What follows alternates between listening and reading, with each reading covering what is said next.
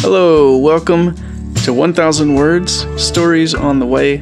My name is Matthew Clark. Thanks so much for stopping by today. We're in the middle of a series of podcast episodes where I'm introducing you to the folks who wrote essays as contributors to my latest book and album called Where the River Goes, Meditations on the Return of Jesus Christ in Story and Song.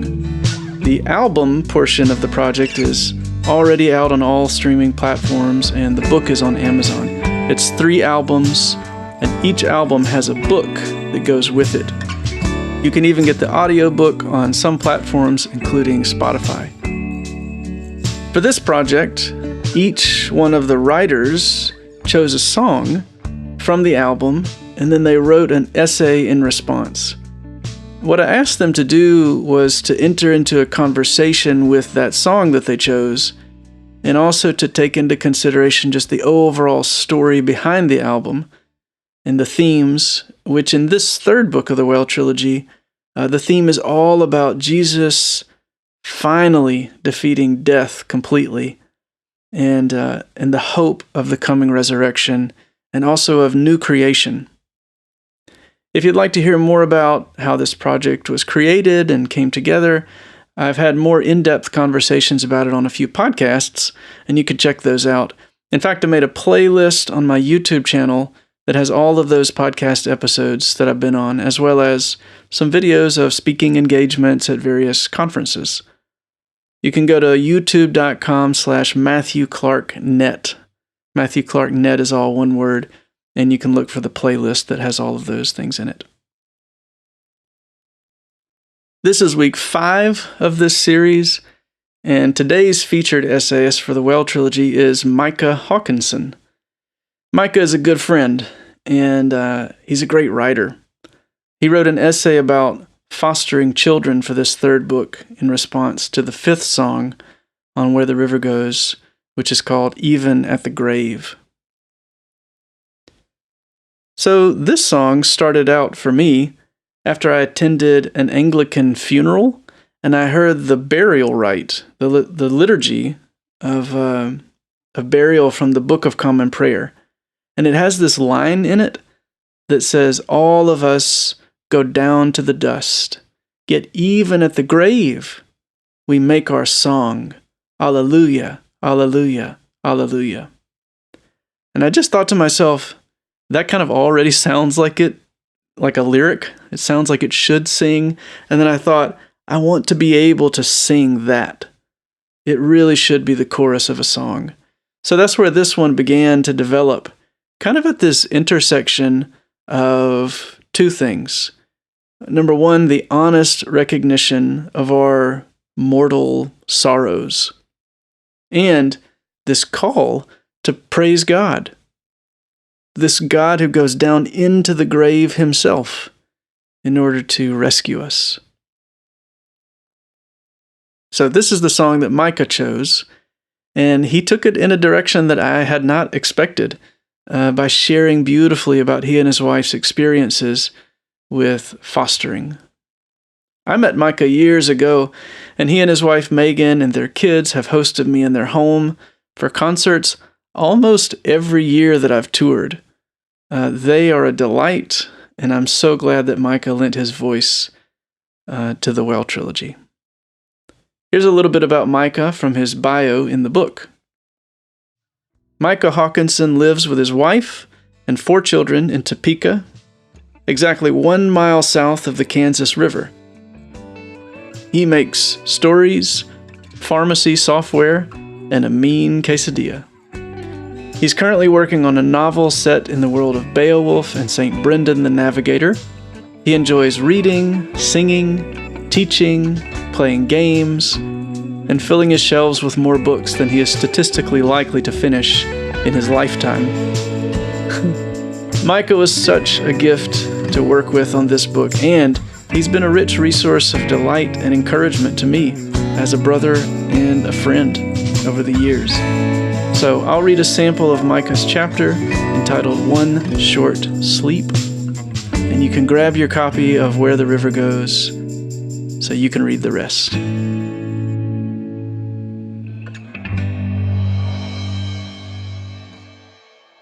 A cemetery is a wonderful place to take a toddler. There's almost no traffic, the grass is free of thistles and poison ivy, and the little guy can run to his heart's content. You just have to keep him away from the grave decorations and off the knee-scraping gravel path. Peace pervades the place at twilight. Abide with me rings out from a nearby church steeple. Mourning doves sing a song of their own, accompanied by cicada drones and frog croaks. The only commotion is my 16-month-old foster son, Jack, playing hide-and-seek among the headstones. The other visitors are less rambunctious.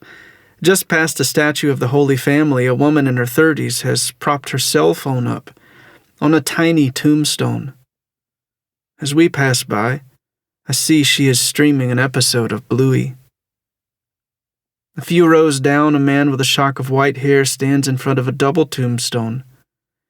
The inscription tells me that his name is Jim, 1948 until, and he lost his wife Edna, 1951 to 2024, recently.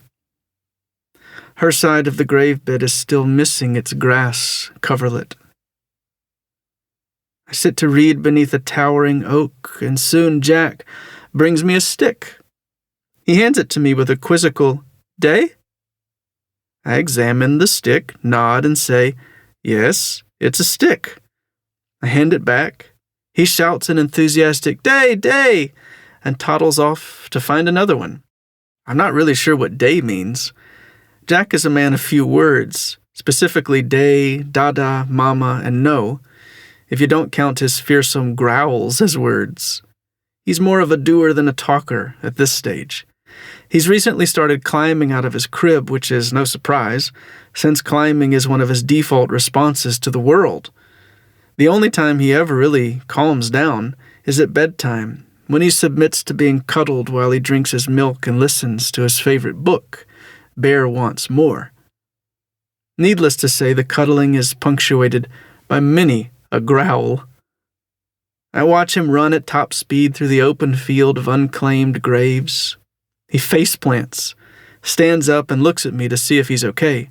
I smile and wave, and he resumes running through the grass in search of new and better sticks. Jack's liveliness feels strange in this place of the dead. But perhaps it is no stranger than walking through a world of living, dying people. Each of us bears shards of divine glory. We are funny, clever, and kind. We have favorite recipes and TV shows and paintings. Yet a principle of death is at work here too.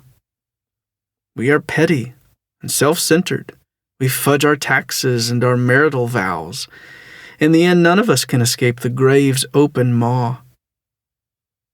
What a world! It almost makes me agree with Mason Tarwater, Flannery O'Connor's fiery-eyed old prophet. The world was made for the dead. There's 1,000,000 times more dead than living, and the dead are dead 1,000,000 times longer than the living are alive. Death has a way of awakening the living, sobering us with the reality that we live in a dark, dark world. Death is unknowable and permanent. It cuts short our dearest hopes, dreams, and plans. It robs us of the glorious God shards that we see reflected in our fellow humans. In an instant, it transforms us from subjects to objects, our life-infused bodies to rotting meat. And human death is just the little toe of the cadaver. Whole microbiomes live and die moment by moment on our skin and our lungs and our gut. Fallen leaves and branches break down and are absorbed into the earth by means of constant decay. From roadkills to murders to unseen parasites, death is perhaps the most ubiquitous fact of life on earth. Nor is it merely biological. By the time we breathe our last, we've already witnessed or tasted 100 tiny deaths, lost dreams, jobs, abilities, loved ones, marriages, communities. Adam and Eve first tasted death in the garden when their sin severed them from a loving Creator, and we've been eating of the same bitter fruit ever since. Humans have long pondered death and the appropriate response to it. Plato wrote that those who pursue philosophy aright study nothing but dying and being dead. He goes on to conclude that true philosophers actually desire death. It frees them from their bodies and allows true wisdom, which is why the Phaedo ends with Socrates cheerfully drinking poison. Solomon urged his hearers to contemplate death. It is better to go to a house of mourning than to go to a house of feasting, because that is the end of every man, and the living takes it to heart. Ecclesiastes 7:2. The Hebrew Bible characterizes the grave, Sheol, as a yawning, consuming mouth that swallows its prey whole and is never satisfied. Solomon's message is clear. In remembering that Sheol awaits us all, we learn to live better lives. Rather than welcoming death or seeing it as a teacher, Anglo-Saxons viewed it as a deadline, one final shot at glory. As Beowulf tells King Hrothgar, for every one of us living in this world means waiting for our end. Let whoever can win glory before death. When a warrior is gone, that will be his best and only bulwark.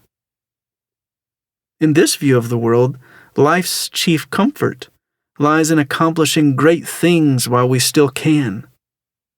From a more modern perspective, Dylan Thomas sees death as a force to be resisted, battled against, thwarted as long as possible.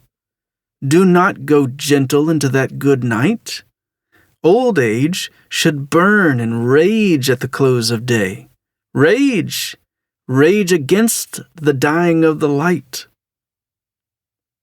This attitude is appealing because it allows us to feel like we can do something to resist our final enemy. But no amount of raging can prevent the dying of the light. Here in the grass at the base of this cemetery oak, absent-mindedly scratching at chigger bites, I contemplate a small death that looms large in my heart this evening. The day after tomorrow, Jack will return to his mom for good. I feel the sadness coming. Jack has lost interest in sticks now, having caught sight of a squirrel at the far end of the field. He toddles toward it, but first pauses and turns to me. Day, he calls out and points. Yes, I say, it's a squirrel. Are you going to catch it? Day, he says, and runs after it. We've been working toward reintegration for months now. Every weekend we've taken him to spend the night with his mom. He no longer cries when we drop him off, but every time he comes home, he's fussy and seems supremely relieved to be bathed, fed, and put to bed. I slow down my breathing and try to remind myself that I'm grateful for this.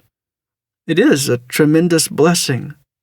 As long as they're safe, outcomes are almost always best when kids can be with their biological parents. This is the very best thing for Jack. But now the tears have arrived, and they burn my eyes. Occasional sobs rack my body. I think of how much this little boy trusts us, how comfortable he is in our home. We've cleaned him up when he was sick, bandaged his ouchies and rocked him through long, inconsolable nights. We've done everything we could to make him feel safe and cared for. And in the process, we've come to love him as one of our own children. In 2 days, all of this will end. In my mind's eye, I hand him to his mother and wave bye-bye with a smile I do not feel. He looks back to me as though he senses something is wrong.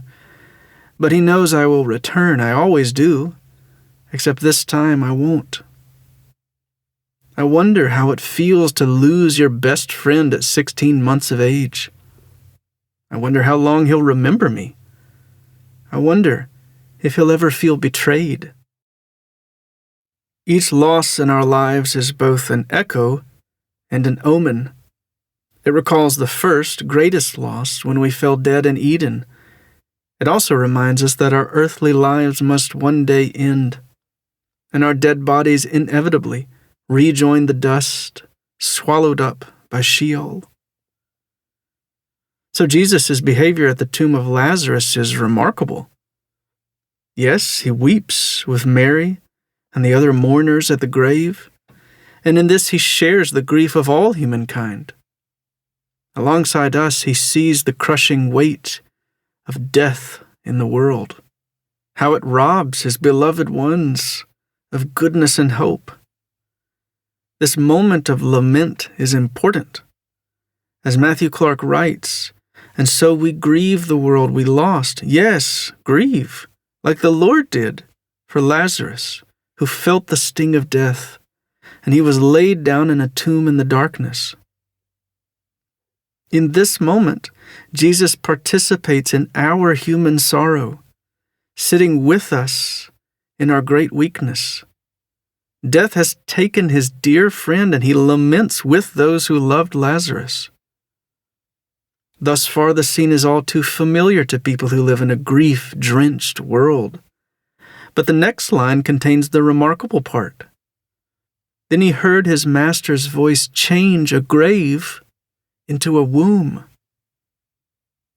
Suddenly, the seemingly inexorable principle of death is thrown into reverse. All the wisdom of the ages turns on its head with three simple words: Lazarus, come out.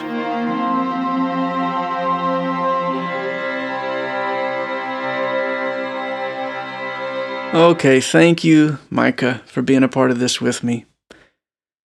And here is the song that Micah chose to write for From Where the River Goes. It's called Even at the Grave.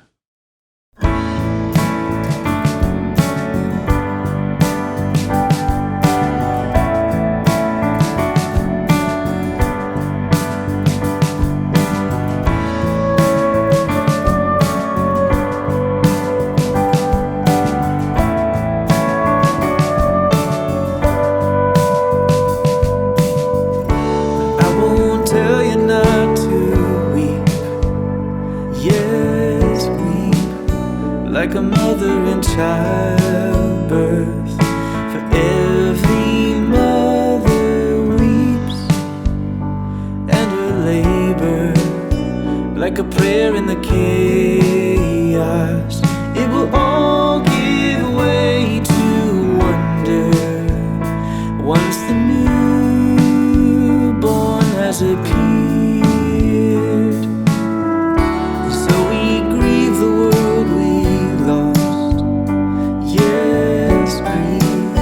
Like the Lord did for Lazarus, who felt the sting of death, and he was laid down in a tomb in the darkness.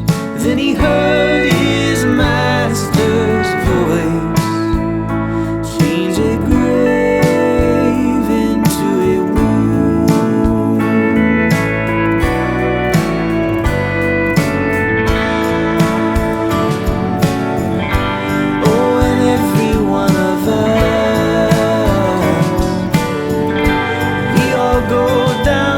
Dust. Oh, but even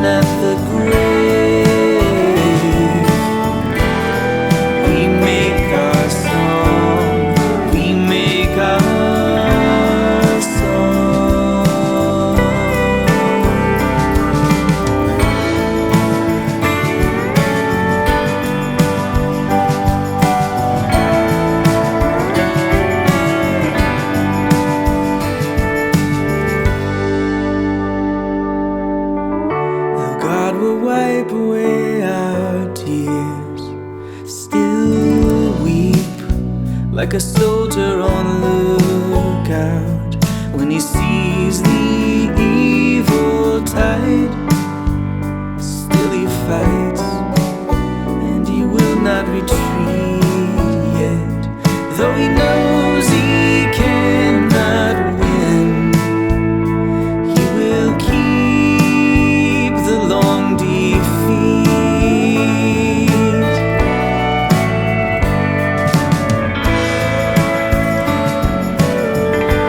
Oh, and every one of us, we all go down to the dust. Oh, but even at the grave, we make our song, we make our song.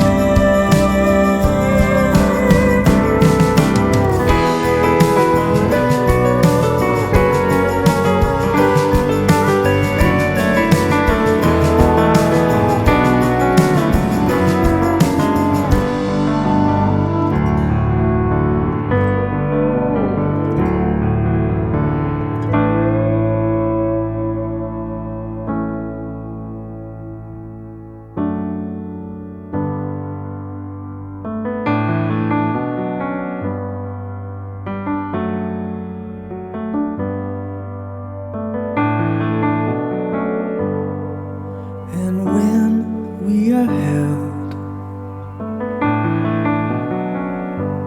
we can hold on.